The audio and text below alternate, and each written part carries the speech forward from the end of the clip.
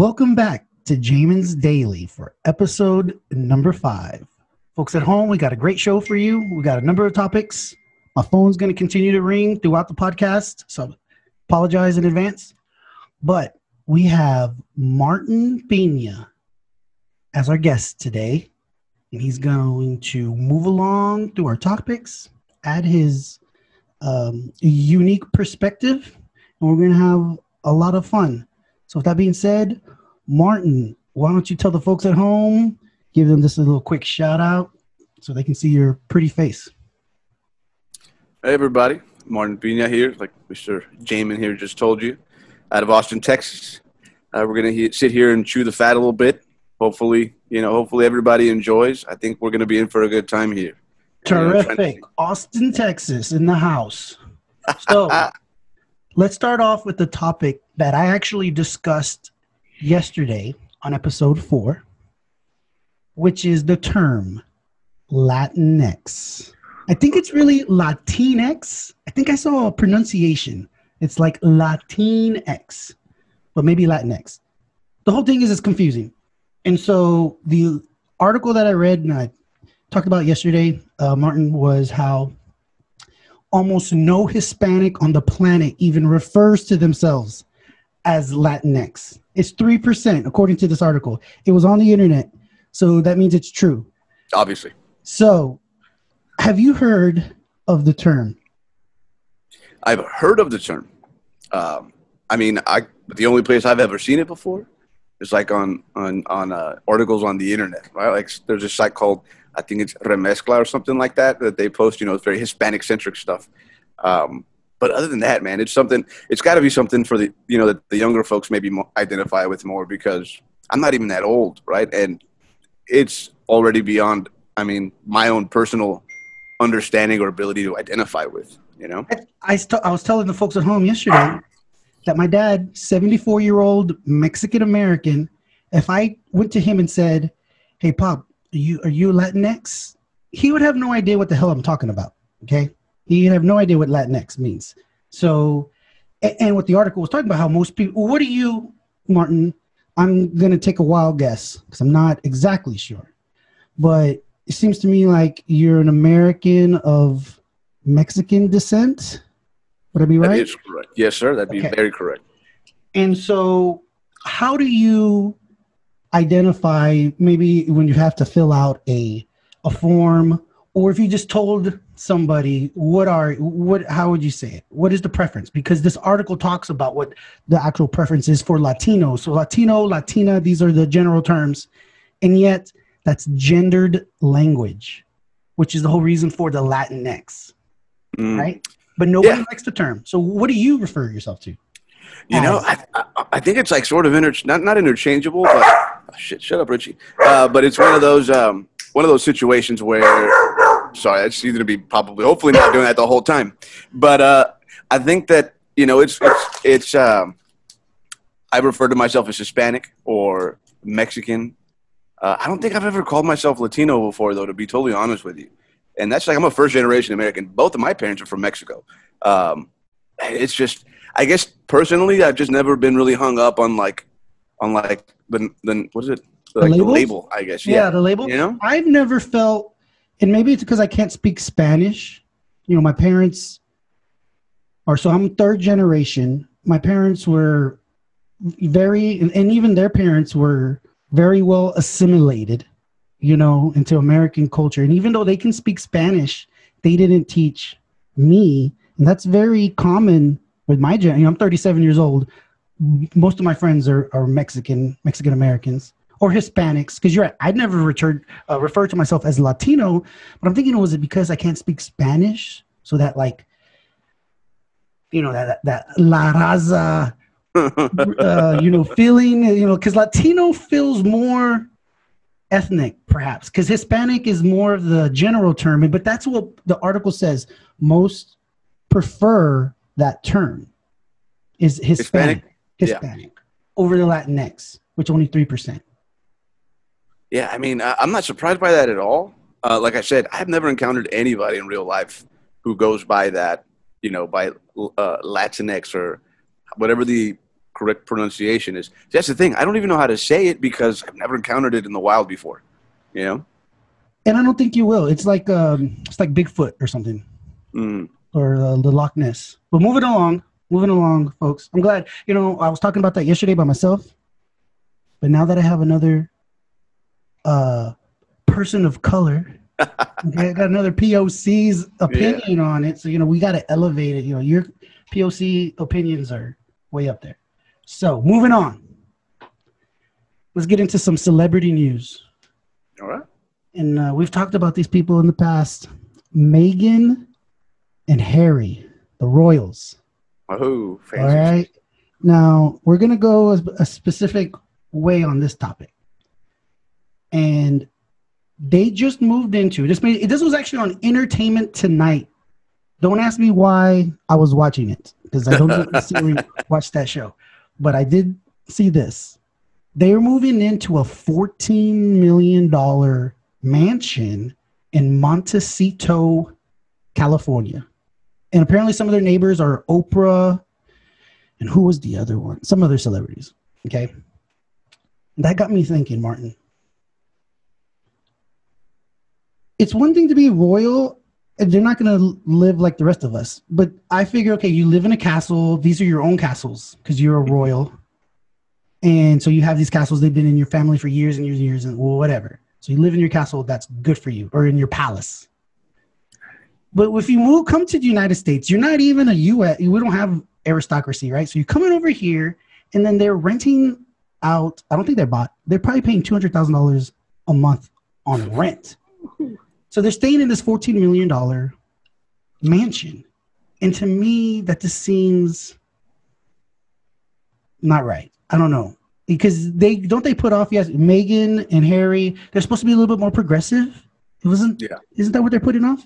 Yeah. Well, I mean, from my understanding is like exactly that, right? They've had issues with like the royal family, and like my understanding is like they gave up their I don't know if it, the claim to the throne or like their royal title or something like that, because they wanted to be, because I guess Meghan Markle was having issues with all the pressure from being like a British royal, and that was the idea, right? That they're going to be just regular people. But you know, $200,000 a month, you know, renting, buying, whatever the case is, that doesn't exactly scream, right? Like we're one of the common folk here. Yeah, they're not exactly woke, you know, and a lot from the woke crowd, you know. I think one of the reasons why they were having issues or anticipated issues with the crown was that they wanted to pursue this more social justice path, I think. And by tradition, the royals were always supposed to steer clear of politics and things like that. But they wanted to take more of a modern. That's some of the phrasing that's been used for like Meghan. You know, be a modern royal. So they want to do these things. And that's all fine and great, but I think they could have sent a huge message so they don't look like a bunch of hypocrites, okay, or Hollywood elitist, which they are. They're royals, so they are elitist. Yeah, that's by definition. Right? By definition. But similar to, what's his name, the Pope, John Paul. Not John Paul. That was one of the popes. The latest one. Francis. Yes, the guy he's like Argentinian. That's right. So this guy, from the very beginning, has been very modest, gone out of his way to kind of reject the the material, all the pomp and circumstance, right? So they could, I feel like Meghan and Harry, the criticism here is that they could have, if they really wanted to lead by action, they could have taken a different route, because they're like, listen, hey, we're royals, but we want to come here because we're about social justice. To me, they move into Montecito with a bunch of Hollywood neighbors because they want to be Hollywood. That's why they didn't want to be royals. They want to be Hollywood. You can't be a royal and be in Hollywood. Well, I mean, I guess you could look at it that way, but like at the same time, when you talk about like being a royal and then like, I mean, living in Hollywood elite, you got to look at like the royal family, in England, right? Like in the UK, they are like they don't even do anything really. Like, I mean, it's like a ceremonial figurehead, but the the people, their subjects or whatever, right, pay for literally everything. Like my understanding is like there's like basically like a super massive allowance that each of like Prince Harry, his brother, they all are basically, they don't really have to do anything, and they just make money, or they get money. Yeah, they don't make money. They get money. I do know they do have a public allowance, and it's not even. I guess the point I'm making here is also that I know they have the money. The deal is, I was thinking $14 million. It's not good press. The press, it doesn't look good. Like I thought the other thing too was that, and you were on that, how in the UK they're celebrity elite. Now, they're celebrity. They're in the paparazzi. That's one of the biggest concerns and criticism for Meghan Markle was that, well, they don't treat me right. They're racist, et cetera, et cetera. And so we're trying to get away. And Harry, because of his mom, the paparazzi basically killed her. Yeah. So they have this huge animosity for the press and the paparazzi. So they're trying to get away from that. But then what do? They move into a $14 million Hollywood gated community, and it's on Entertainment Tonight. Yeah. I mean, I guess, you can kind of sort of look at it in the sense of the American media is going to be way kinder, and this is coming from somebody who, as you know, right, like some people might call me a social justice warrior, right? Like that may describe me that way, but I'm not, blind to the fact that the American media is going to treat them much more kindly than they did Meghan Markle back when she was in the UK. And that's, I'm sure it's got a lot to do with it. And when you got a lot of money, you probably don't want to live somewhere where, just the regular common folks like the rest of us can just pull up and curbside. You're right. The saving grace, and if I was their publicist and somebody was having to answer to some of the criticism that I'm giving, right, I would say, you know why you had to live there? Because of security. Yeah. Security. You need a big compound because you have help and security. You needed this, and we needed a gated community, etc. So that's probably their the reasoning. The cop out. The cop out is one or the other. It's either the cop out or the sound reasoning. One or the other. Yeah. So moving along. So I hear, Martin, Facebook is the largest graveyard in the world. Graveyard. It's the largest graveyard because there's literally 1 billion dead people who have profiles on Facebook. What happens to your social media when you die? Oh, man. That's a good question. Like, do we even really own it right now? Like, the pictures that I post of my dogs or something I'm making for dinner. Like, is that really even mine? Like, once you upload it to Facebook, it belongs to old Zuck, doesn't it, at that point? Oh, no, it's you're right on that. Whatever you put on the internet it's not yours for sure. Mm-hmm. I don't know who owns it. I know what they were doing. There were these legacy legacy pages that they were doing. So, like, I guess if you let Facebook know that your loved one had passed away, basically the page goes from being like a personal Facebook to more like a memorial page, right? But interestingly, and this was a big thing, like in the legal field, legal area for a while, was that they, like parents, right? Like, let's say that I tragically died in a car accident or something, right? And my parents wanted to access my Facebook for whatever reason, there's something there that they're interested in getting. Apparently, it's not that easy just to like reach out to Facebook and be like, "Hey, my kid died. Can I access their personal page?" And I think that's probably the sort of, in terms of what you were talking about, like the graveyard, right? Like, what happens to that stuff, right? Like, so they turn it into a memorial. I bring it up, and the cool things we're going to segue on from this topic onto something else that earlier my Daniel, a friend of mine, we were talking, right? And we were thinking about writing a book. We're coming up with different topics, right? It kind of goes on to this. But anyways, Herman Cain. Okay, Herman Cain, he was a presidential candidate in 2012, successful businessman. He died. He succumbed to coronavirus a couple weeks ago. Well, yesterday, he sent a tweet, folks at home. How does a dead man send a tweet from his Twitter account? Who knows, man? Can you schedule those things like ahead of time? Like, I don't think you can. I mean, maybe somebody could write. No, it was like a a response to current events. Okay, it was not one. And so this is what got. So it made the internet. It's on the interwebs. People are like, how? What happens to your social media when you die? How do you keep tweeting from beyond the grave?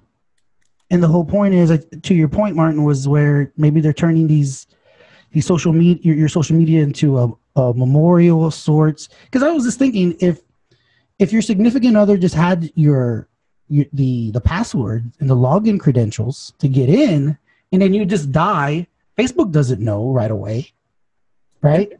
And so that person, some other person, could just continue posting, utilizing your social media, even though you're dead. And this is where my book idea came in, Martin. I was going to write this sci-fi fantasy that had to do with like social media. This goes into some past topics that we've had on Jamin's Daily, like Elon Musk, the Neuralink that he's coming out with. Mm-hmm. I've heard about that. Or like you upload so you never die. So you're going to upload your consciousness, your consciousness onto like an android at some kind of robot. But it all in same thing with Facebook. So you're going to have like this digital survival that eventually will turn into this other consciousness through a robot, but it's all through media, through social media and data and artificial intelligence. What do you think, folks at home? If you like the idea, email me, jaminsdaily@gmail.com. Maybe we could crowdsource some funding so I can write a book. I thought you were going to crowdsource for a robot to upload your consciousness into. No, I would like a robot, but it's not the kind of robot we're talking about, folks. Those are kind of expensive. So, anyways, we're going to take a break, Martin. All right. Folks at home, we're going to take a quick break.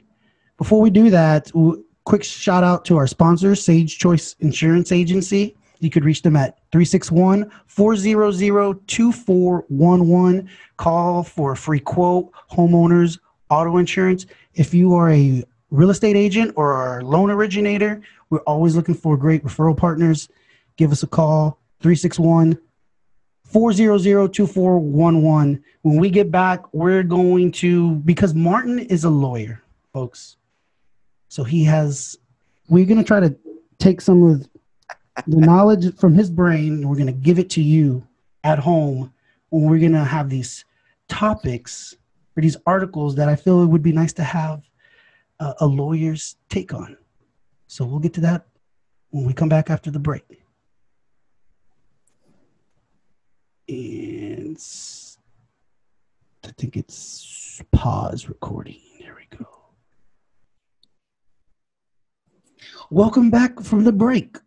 We're going to start a new segment here on Jamin's Daily with Martin Pina, lawyer extraordinaire from Austin, Texas. And I wanted his take on people who refuse the COVID-19 vaccine could be barred from work or school. And I'm thinking, if they try to do that, I'm going to sue them. I'm going to call Martin. Can they do this? I think it really depends. And like, this is the most lawyer response you're ever going to hear. Like, it depends, right? Like we're talking about employment, right? For example, Texas, right? It's an at-will state. Basically, like what it means is that you don't need good cause to fire somebody. Like, in fact, it's probably better if you don't give a reason as to the firing, because people get sued whenever the reasoning behind it is something that's like not permissible, right? Like I fired her because she was a woman, like stuff like that, right? You can't do that. But I mean, you just look for any little thing, the flimsiest reason, right? Punctuality, whatever the case is. Like those wrongful term employment attorneys, God bless them, because that is probably the hardest area of law to practice, because people just expect like, well, this terrible thing happened to me at work and it's not right. Well, yeah, maybe it's not right, but you may be SOL. Right? Business. So as a small business owner, if I told my employee, if you don't go get the COVID vaccine, you can't come to work. or they're not even working here anyways. They're already working from home, so that's not even going to work. But if I just told them, listen, if you don't get the vaccine, I'm going to fire you. You're telling me that I probably just shouldn't even say that. I should just fire him anyways. Yeah. But can the county make a rule mandating for businesses to require? They're saying, and my business is not a good example, but let's say you run some kind of sandwich shop. You got customers coming in and out, and the county then would possibly have county health department, stuff like that.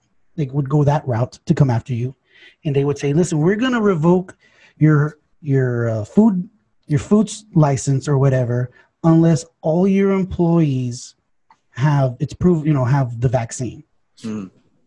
Okay. Can they do that? Well, let me preface it with this, right? I'm a criminal defense attorney. And when you become an attorney, I can technically practice any area of law that I want. That doesn't necessarily mean that I'm particularly knowledgeable in one field or another. So this is coming from what I can remember from my employment class, my employment law class that I had, right? So you gotta they balance these things, right? Like the safety, I guess, of the public versus the individual rights. Like, for example, you may have arguably a property right to your particular employment, or at least licensing, right? Like, as an attorney, before you get licensed, any little thing you do to screw up, they can basically say, we're not even going to consider you for licensing because you broke this particular rule. Like, you don't have the character and fitness. But once you become an attorney, it becomes significantly harder to take that license away from you because you have sort of a property right, an interest in that property right of your ability to earn a living. Right. And so they balance that with the public good here. So if we're talking about a sandwich shop, and we know that this is a virus that via person to person contact, or possibly even it could survive on some surfaces for a certain amount of time, I would think that they could get away with something like that. With if there's a possibility that not having these people vaccinated is going to infect a whole ton of people just by the type of business that it is, they can get away with it. Now, something could you allow for the conscientious objectors to be hey, this goes against my religion, this goes against something, there's a lot of parents, there's the whole anti-vaccine crowd, not just for the COVID vaccine, but just vaccines in general. When you give them to your kids, those people, I know here in Texas, many of the public schools, it's a requirement that your children are vaccinated to get into school. But I think there are some, you have to jump through, fill out a lot of paperwork and jump through some hoops. But I know in other liberal states like California and stuff like that, it's much easier like New York to opt out. How could you, where then would be, on what basis can you then make people do this vaccine where then you don't make them, like in California?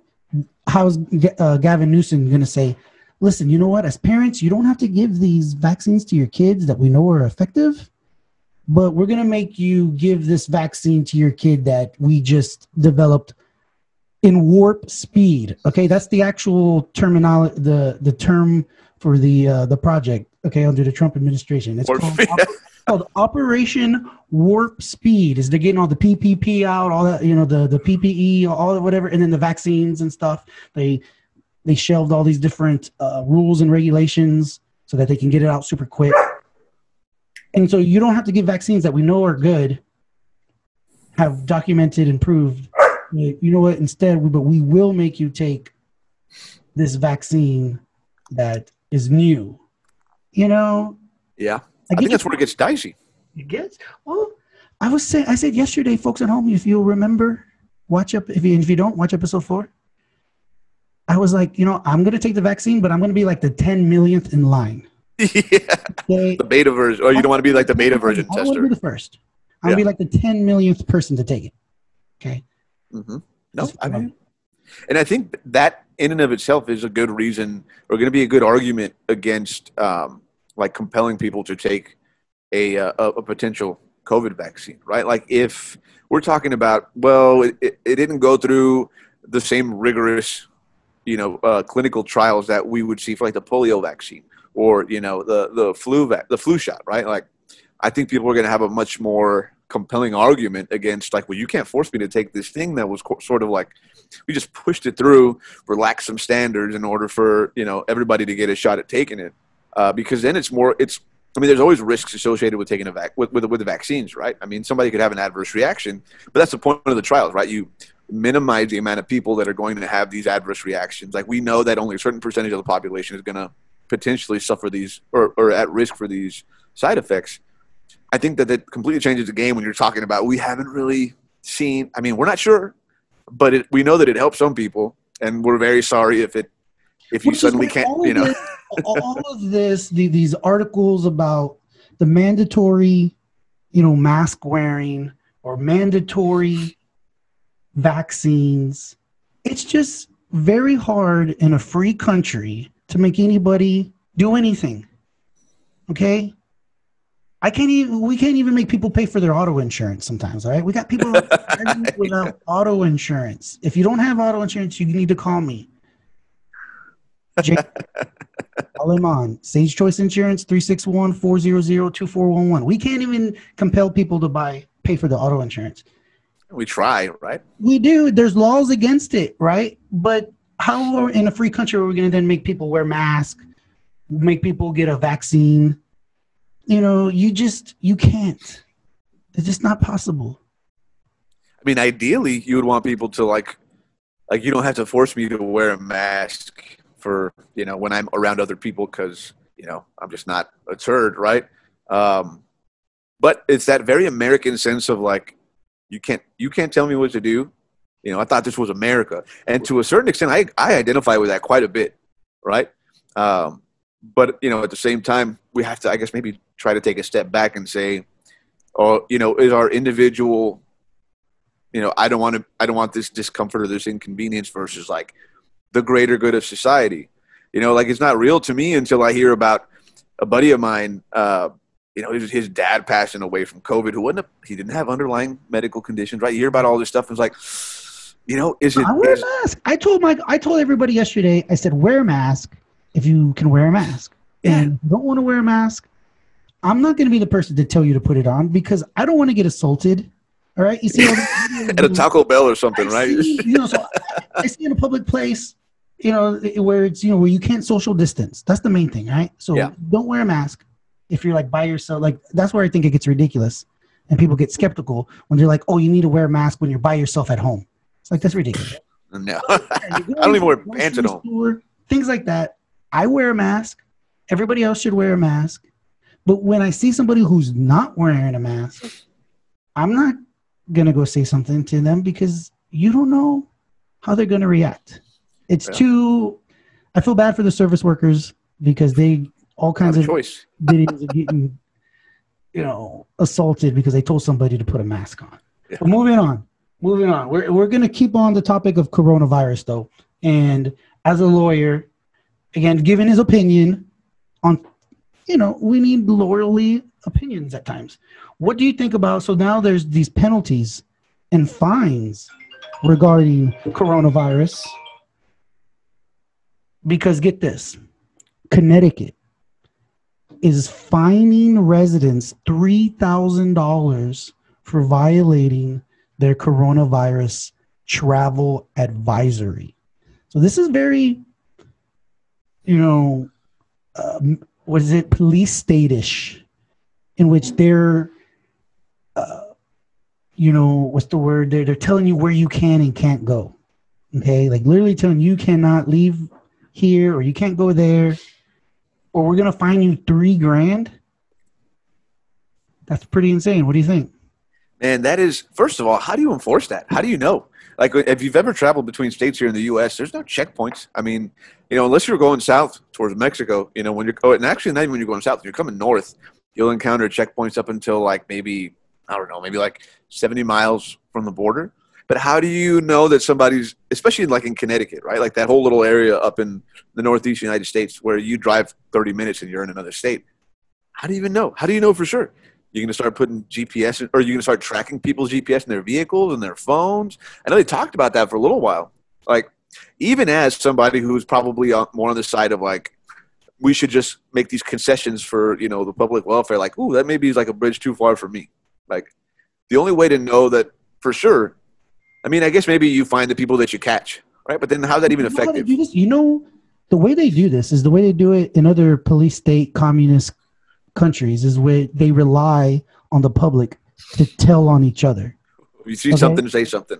Okay, that's how it works. And I've heard this in the dissidents who fled Cuba and stuff like that. Is that's how the state keeps tabs on other people's, because they have their spies and networks within the community who know, oh, so and so went to, left the state.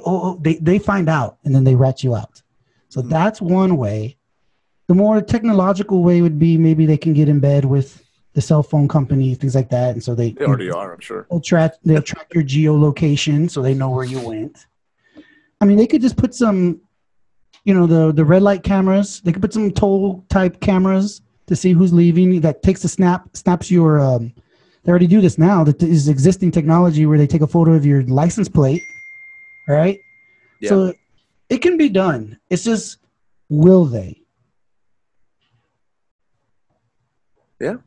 I mean, well, I don't know that and without really getting in too deep in the weeds on this, right? Like, we're not really a society that tends to tell on each other, except for very particular situations, right? Like post 9/11, right? Like anybody who was the wrong shade of brown, like a beard, right? Like doing something that just looked a little bit out of the ordinary. Oh, they're calling the FBI, right? But by and large, we mind our own business when it comes to that kind of stuff.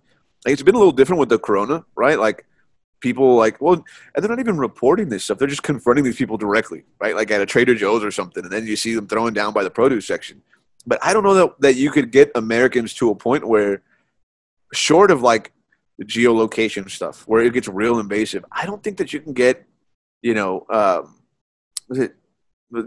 average American to just snitch, I guess, right? Nice, like, to be snitching. Well, what do you think about? I would hope so. And yes, the vast majority, you're right. I have faith in humanity, because, the Twitter brigade is a small minority of the population. Okay? Yeah, that's true. So those are the people who are writing each other, the people who like put people on blast on, so that the person who's at a store and sees some other person not wearing a mask, and then they take a photo and put it on their Twitter. Their phone out, yeah. They do that kind of stuff. That's like so few and far between that it wouldn't be effective, in the for the masses, right? You really would need some long-term indoctrination and propaganda to get people to be ratting on each other. But I want to go segue on one other thing related to this, because one of the deals that was part of this topic or this article was the $3,000. So the fine. Okay, so not only they want to restrict your travel, but if you then break that rule, they're going to fine you $3,000, which I find to be hilarious, because 95% of the people in this country don't have $3,000 just laying around. How are you going to, make them pay a fine? So they're not going to pay a fine. And then you know what happens? They don't pay the fine. So then they can't renew their driver's license. So then they become driving without a driver's license, which means then they don't have insurance. So it creates all these other problems.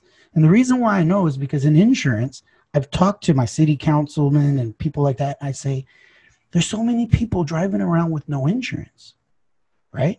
And there's all kinds of reasons why. But then I was like, because then they cause accidents with other people who do have insurance. And this is not like a victimless crime, right? And because there's no ramification, there's no consequences in many cases for those people, because it's a civil offense in most cases, right? They can't put them in jail because they never want to pay for insurance and things like that. So in this situation, is that a civil offense? They're gonna charge you $3,000, but either you pay it or you don't. They can't put you in jail for not paying it. Well, I think what the larger, and who knows, right? Because when you have somebody driving without insurance, right?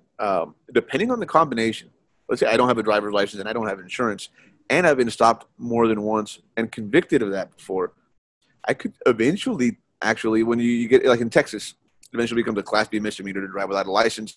Actually, from the beginning, it's a Class B misdemeanor if you don't have a driver's license or proof of financial responsibility, which obviously is auto insurance.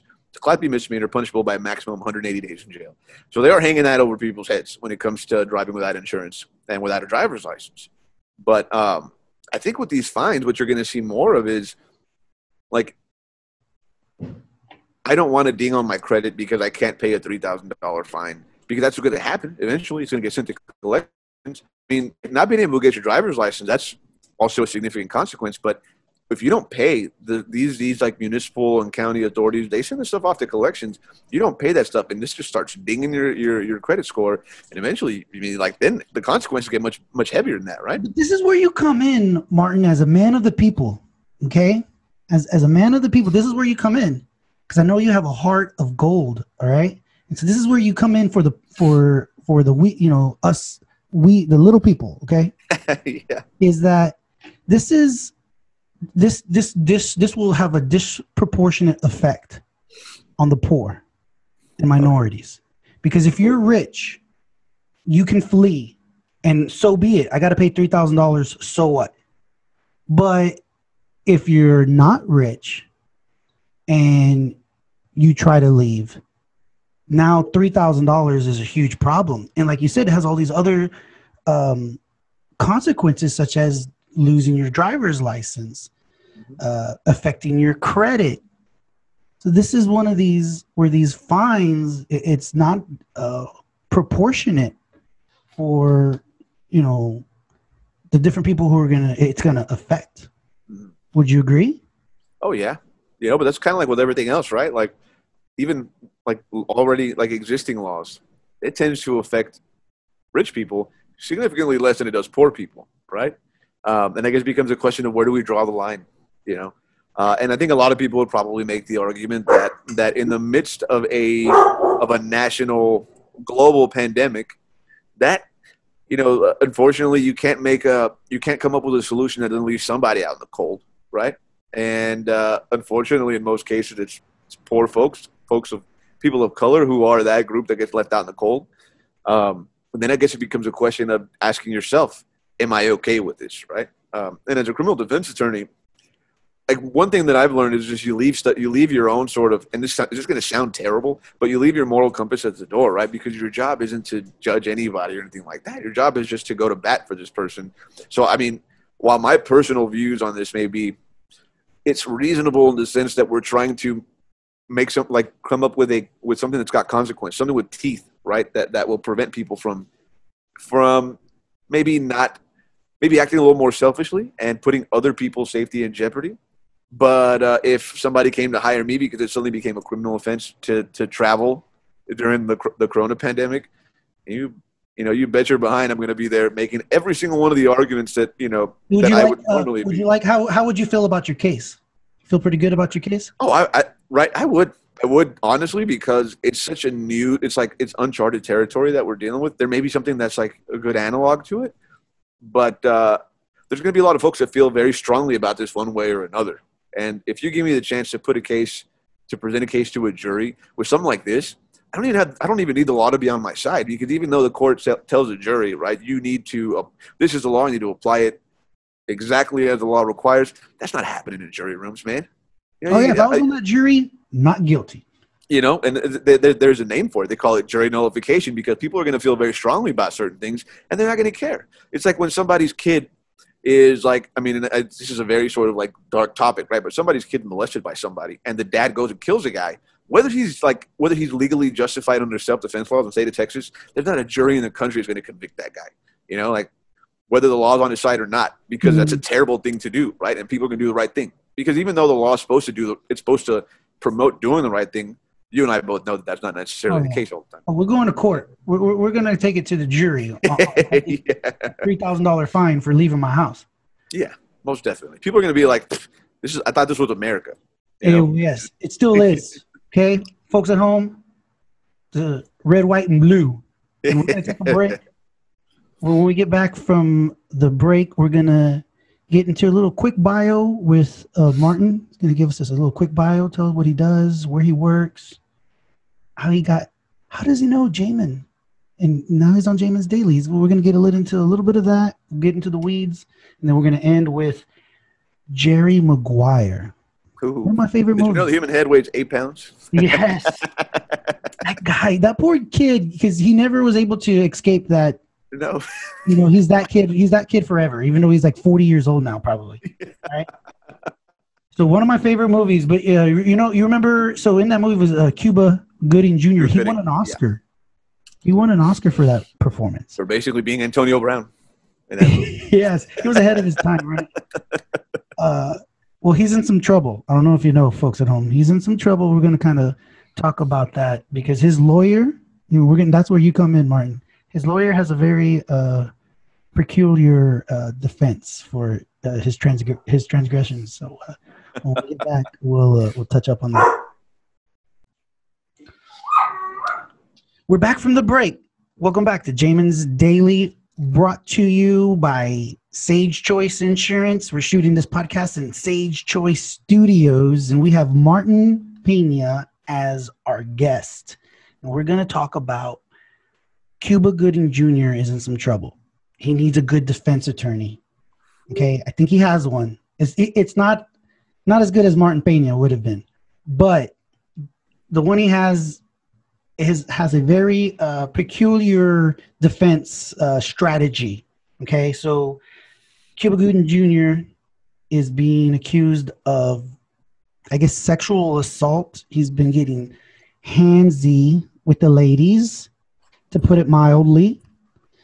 And I think there had been some allegations, but then what really got him in trouble, some video evidence came to light. Have you heard of this, Martin? I have, definitely. And it's a video, right? The video never lies, right? Is the common perception there, right? Yeah, that's the sports analogy. When we used to play, in the football games, after the game, we would watch film, and that's something the coach would say, that the film never lies. I will say something, and I'm not going to get too in depth into this particular next sort of topic, but there's actually some precedent to say that sometimes video does lie, because video is like a series of it's pictures, right? Mm-hmm. Depending on the frame rate. It was this thing about. And it was a case where the question was regarding the number of shots, right? Like the number of times the guy discharged a firearm. And it looked very clearly by the muzzle flash in the video, like he shot the gun 3 times. But then they were getting into well, what about the frame rate? Like what if – because, like a muzzle flash, and so that was just something interesting, right? There was a question. Doubt? You're trying to seed some reasonable doubt in something? Did Cuba actually grab, or was it just – Well, the argument that his defense attorney, the defense has put forth the argument that, and I think it's just for this one, because he is being accused by multiple women, but one of them is apparently, this is how it's being described, folks at home, is being described as a small-breasted woman. Oof. Okay? And the argument that Cuba Gooding Jr.'s lawyer is making is that the alleged victim has a social media history in which she's had displayed some kind of perhaps body issues. Okay? Dysmorphia. Whatever they call it. Sore, yeah, she I don't know the specific details, but he's trying to say that because she has small breasts and perhaps has some kind of body issues, that she's deluding herself. She's delusional in what happened, that interaction with Cuba Gooding Jr. She can't perceive what happened to her own body because she has a distorted view of it. It's kind of convoluted to me, but when you're guilty as hell, I guess you got to say something, right? Yeah, you got to put on the defense, right? There's this, and it may be called different things in different places, but as an attorney, there's this thing you ask yourself if it can pass the laugh test, right? Because I had a professor in law school A very, very good professor. He was actually a very decorated man. Like, he was like a former recon Marine. He had been previously assigned to like a security detail for Ronald Reagan at Camp David. Like, he was a badass. But he would always tell you, make the argument, right? Like, make the argument. And as an attorney, you have to work with what you have, right? But at the same time, you have to make sure, like, what I'm about to say, will it pass the lab test? Like, basically, am I going to get laughed out of there if I try to present this particular defense or this particular argument? And it gets tough, right? Like, in this case, you need something because the video shows what the video shows, right? The problem is that, like, what are you going to do when you, like, I mean, like, you have women on your jury? Like, how are they going to respond to an argument like that? Or men who consider themselves, you know, feminists or allies of feminists, right? Like, oh, so because there was this case back, I think it was like in the 70s or in the 80s, where like a woman alleged that she was like basically like sexually assaulted by a number of guys in a bar with a bunch of people around, right? And the defense, what they did, they really hammered hard on her, like her, I guess her sexual proclivities, right? They basically tried to what we call now slut shame her, and it was an effective tactic back then because there was no just like the movements that we see now, right? Sure. That she was asking for it, you know. Yeah, you know, and it feels slimy when you're listening to it, but you know that Dave Chappelle has described that situation. You remember Dave Chappelle has his special called "Killing Me Softly." Yeah. You know the bit I'm talking about where he was talking about how the girl, you may not be a you may not be a hussy, but you're wearing a hussy's uniform. Okay, that's how Dave Chappelle put it. You know, he's still relevant now. That was 20 years ago almost. Yeah, I don't know if you can get away with that now, but yeah. That was a 20-year-old joke. No, he would still say it today. But I guess that's where they're going. I think one of the points they're trying to make is that because maybe she was small-breasted, that Cuba Gooding, how is he even going to cop a feel, right? Like, what was he grabbing at? Or maybe she's misinterpreting it because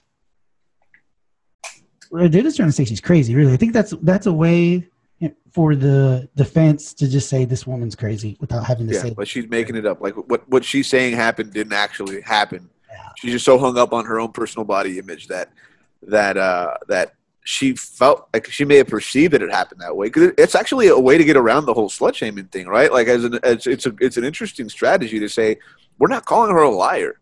We're saying that she very much sincerely believes what she's saying. But if we look at her history over here dealing with this issue, like with these body image issues, that it's not beyond the pale to say that it didn't happen the way she thinks it happened, but this is all rooted in this other issue that's no fault of Cuba Gooding Jr.'s.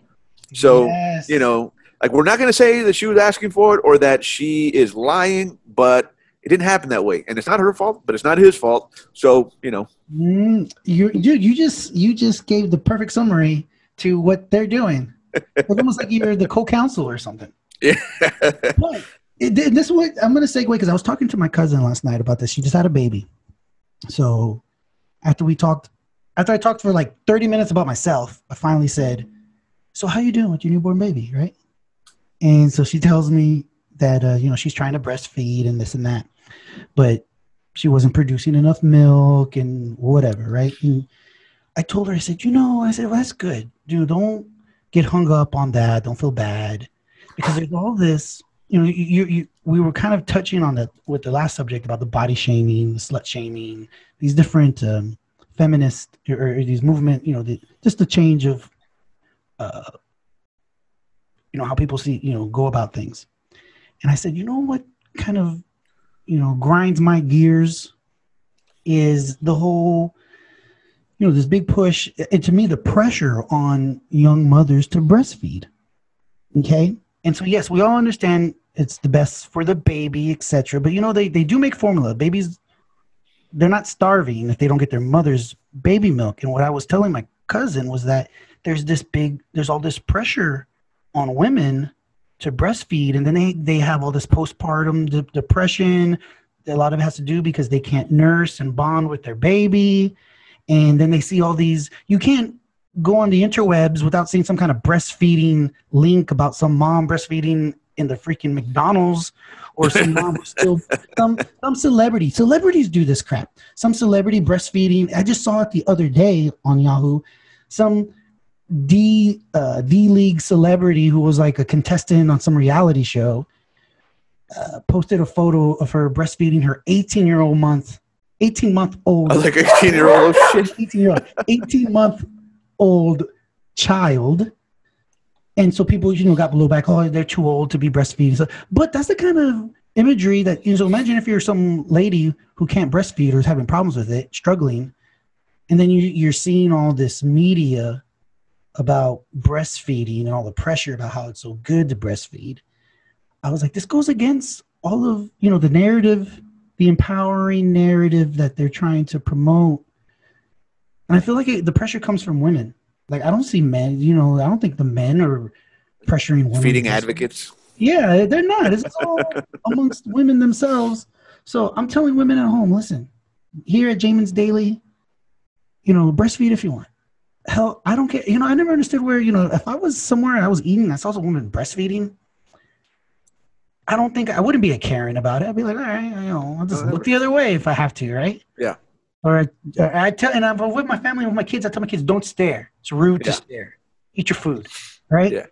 So, good for you. But if you don't either, I don't care. Don't. This is not a reason to feel pressure. Yeah. Women, ladies at home, or men. Ladies. I mean, I guess men can nurse too nowadays. Right? Ladies, gentlemen, all the people who nurse with their boob. Don't feel the pressure. Yeah. No, definitely. It's one of those things that I think it just comes like in and out of, well, I don't want to say in and out of fashion, but like when I was an infant, my understanding was that formula was encouraged because you could get like these nutrients that you need, right? Like, because I'm sure, I was born in 1988, so like, I don't know, maybe they thought that it was a space age of formula. And actually, my mom would say that I didn't drink formula. I drank just regular old cow milk when I was a little kid because it was expensive to get formula, and we didn't really have a lot of money when I was a kid. Yeah.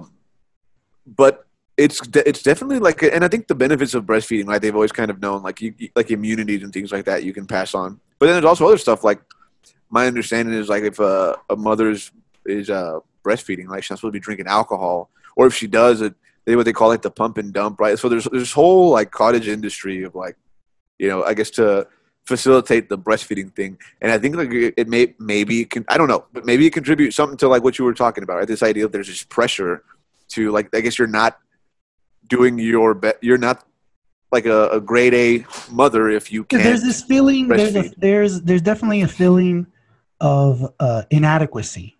Yeah. Okay? You're inadequate. You're not, somehow you're not able to provide this this pressure. It's all mental.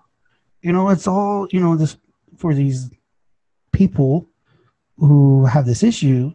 I can see it bearing down on them. And I was just saying, it'd be different if we could prove how you say it's all in vogue, right? So it seems like now it's more in vogue. It's always going to be how you mentioned a money saver. So yeah, I had 2 kids back to back. I was spending, $400 a month on formula. Okay. And it would have been nice to have saved that money because mama could produce, but that's not what happened. So especially for, people less fortunate, people of less means, if you can breastfeed, but then it's even more of a burden when you can't. Cause it's not just, there are poor women who can't produce either. And now they're having to still buy milk. Yeah. So I just feel like, with this whole Me Too movement, we need to be like Me Too with the breast. Let's step back on the breastfeeding thing. Yeah. Because it's when it comes to like the Me Too movement, which is very difficult to like navigate, like as a man, especially as like a liberal, as somebody who's like There's a lot of minds. There's a lot of dude. Yeah, you can really step in it when it comes to that, because like where do you like? Okay, believe all women. In theory, I'm with that, right? Like, I want to say more like, don't immediately write off the accusation. Mm-hmm. just because, you know, the person they're accusing happens to be somebody in particular, somebody special, somebody that is highly respected. However, especially as a defense attorney, like, I've defended some unsavory characters during my career. And people always ask, like, how can you sleep at night doing this? I sleep fine because my job isn't to, you know, morally, you know, judge these folks. But I think that plays a lot into my whole, like, look, as a defense attorney, I believe in due process, right? And it gets complicated because you have these women that if it's a legitimate accusation, they're being victimized, re-victimized over and over again as this whole thing is like playing itself out. And it's almost the same thing with the, like, you know, with the question of, you know, when people talk about the death penalty, right? Like, when you get it wrong once, it's a big deal. I mean, I'm not saying that the person who's been accused of sexually assaulting someone is getting murdered or like executed, but woof, there's no coming back from that. Even if you get exonerated down the road, I mean, people don't forget, and people are going to say, "Well, he just got away with it." And they mentioned, I'm glad you brought that up, because they did kind of mention that amongst all the Me Too that was going on, how some people got caught up, got swept up in it, and some people who maybe weren't as guilty of sorts got lumped in with all the other, you know, bastards who were guilty as hell. And so there was this kind of like a Salem's witch hunt of sorts. And so, you know, you have some people get caught up in that. I agree. It's not right. That's why you always deny it. You just deny. The Trump model. Trump has done a lot to change how the perceptions of the world, okay? And that's one of him. Is you just don't, you know, deny. Don't tell the truth if you don't. You just like, that didn't happen. I think that's it. Folks at home, you know, I don't know if that's the greatest advice, but I mean, it's from a defense attorney perspective. You know, we're going, definitely are not going to. Right, that's what you want to hear, Martin Pina, defense attorney, right? So you deny, didn't do it. I'm not guilty, folks at home. I mean, maybe even in a situation where it's not trial by media, I would just say shut up. Like, don't say anything, don't deny, don't confirm. But how do you do that when you are a public figure? Because if you don't say anything, oh man, like that's the equivalent to an admission, right? Like that's the same as saying like, okay, I did it. So those folks are like in a bit of a tough spot, and you can't come out in like a full-throated self-defense thing, because then it's like, oh, so now you're blaming the victim here, and it's just there's no good way. Like, you just better hope that your name is never, you know. I hope one day, ladies and gentlemen at home, because I hope you stick with me as we grow our community, and I'm hoping to celebrate the 100th episode. But one day, Martin, we're gonna have some. I hope to have. I will not think that I've made it. I will know that I have made it when I have somebody come on my show to give an apology. You know, like to do their mea culpa. Right? Somebody comes on Jamin's Daily to give their mea culpa about something, like, I'm sorry, I didn't know, you know, the city council person or something like that, right? That's when I've made it, folks. So until then, we're going to head out. Thanks for joining us. Episode 5, Martin Pena, defense attorney. We're going to put his contact information on the podcast there on the screen once we edit it. So that maybe we can get a client or two. If you get in trouble, call Martin. He can help you out. Just because you did it doesn't mean you're guilty, right? Yeah, you're right. That's the motto. And ladies and gentlemen, thanks for joining us today. Episode number 5, brought to you by Sage Choice Insurance. Call 361-400-2411. And remember to stick with us, because the best is yet to come. Thanks for having me, brother. Yes, sir.